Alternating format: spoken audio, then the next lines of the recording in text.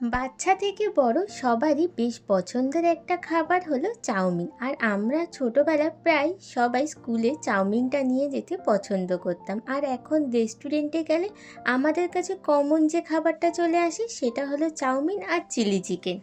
আজকে যদি আমরা রেস্টুরেন্ট স্টাইলে চাউমিনটা ঘরে বানিয়ে ফেলি তাহলে কেমন হবে বলো তো? আর এই বৃষ্টির দিনে তো চাউমিন খেতে আমাদের সবারই বেশ পছন্দের। আর রাস্তায় না গিয়ে ঘরে তাহলে ঝটপট চাউমিনটা বানিয়ে ফেলা যাক। হ্যালো এভরিওয়ান, আমি রিয়া। আজকে আমি তোমাদের কাছে নতুন একটা রান্নার রেসিপি ভিডিও নিয়ে চলে এসেছি। আজকে যদি আমি রেস্টুরেন্ট স্টাইলের চাউমিনটা হোমমেডভাবে বানিয়ে ফেলি আর কম তেল মশলা ঝাল দিয়ে এই যদি চাউমিনটা আমরা বানাই তাহলে কেমন হয় বলো তো?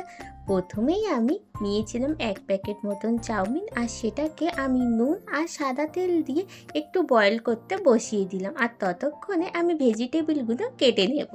চাউমিন বানানোর জন্য আমি 5 রকমের ফ্রেশ ভেজিটেবল নিয়ে নিয়েছিলাম। এর মধ্যে ছিল বাঁধাকপি, red bell pepper, yellow bell pepper, গাজর আর ছিল স্প্রিং অনিয়ন। এরপরে আমার তো চাউমিনটা বয়েল করতে দিয়ে দিয়েছিলাম, আর ততক্ষণে ভাবলাম সবজিগুলোকে আমি কেটে নিই। এরপরে আমি বাঁধাকপিটাকে ছুরি দিয়ে ঝুরি ঝুরি করে কেটে নিলাম। তারপরে আমি রেড বেল পেপার আর ইয়েলো বেল পেপারটাকে ডুমো ডুমো করে কেটে নিলাম। তারপরে আমার মাথায় একটা আইডিয়া আসলো, যদি আমি রেড বেল পেপার আর ইয়েলো বেল পেপারটাকে খুব সুন্দর একটা শেপ দিই, একদিকে রেড আর একদিকে ইয়েলো দিয়ে একটা হার্ট শেপ করে দিয়েছিলাম, দেখতেও মন্দ লাগছিল না। তারপরে আমি নিয়ে নিলাম গাজরটাকে, সেটাকে আমি প্রথমে কেটেছিলাম সরু সরু করে। তারপর ভাবলাম যে না, এটাকে আমি ডুমো ডুমো করে কাটি তাহলে খুব ভালো হবে। তো ডুমো ডুমো করে কাটার পর এটাকেও একটা খুব সুন্দর দেখে একটা শেপ দিয়েছিলাম, যেটা হলো স্টার। গাজর কাটা কমপ্লিট হয়ে যাওয়ার পরে আমি স্প্রিং অনিয়নটাকেও ঝুরি ঝুরি করে কেটে নিলাম। আমার তাহলে সব ধরনের ভেজিটেবল কাটা একদম কমপ্লিট হয়ে গেল। এরপরে বাকি ছিল পেঁয়াজ, আদা আর রসুন আর লঙ্কা। এটাকেও আমি একটা মতন পেঁয়াজ নিয়েছিলাম, আর 1 টুকরো নিয়েছিলাম আদা, আর কয়েক টুকরো নিয়েছিলাম রসুন, আর 2-3টে মতন নিয়েছিলাম কাঁচা লঙ্কা। সেটাকেও আমি একদম মিহি করে ছুরি দিয়ে কেটে নিলাম। তারপরে বাকি ছিল শুধু চিকেন কাটা। তো চিকেনটাকে নিয়ে নিলাম, আর চিকেনটাকেও আমি একদম ছোট ছোট করে কেটে নিলাম।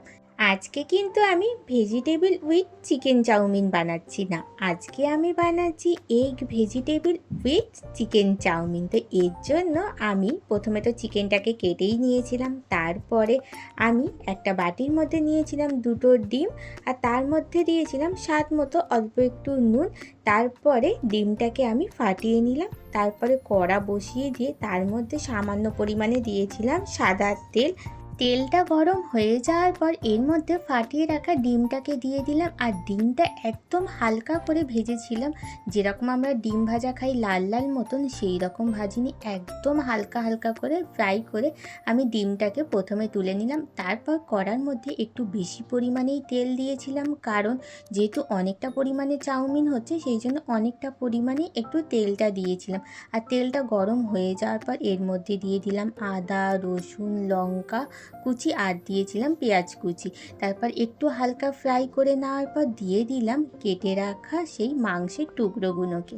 চিকেনটা দেওয়ার পর এক এক করে আমি ভেজিটেবলগুলো অ্যাড করলাম। এর মধ্যে প্রথমেই আমি দিয়েছিলাম গাজর, তারপর রেড বেল পেপার, আর দিয়েছিলাম ইয়েলো বেল পেপার। তারপরে দিয়ে দিয়েছিলাম বাঁধাকপিটাকে। দেওয়ার পরে একটুখানি সামান্য পরিমাণে নুন দিয়ে দিয়েছিলাম, কারণ যাতে মাংস আর সব ধরনের সবজিটা সিদ্ধ হয়ে যায়।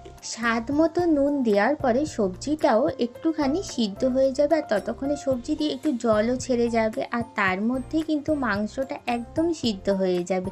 মাংসটা সিদ্ধ হয়ে গেলে তখন দিয়ে দিতে হবে বয়েল করে রাখা চাউমিনটাকে, আর এই চাউমিনের ওপর থেকে ছড়িয়ে দিতে হবে ম্যাগির মশলা, আর দিয়েছিলাম গোলমরিচের গুঁড়ো।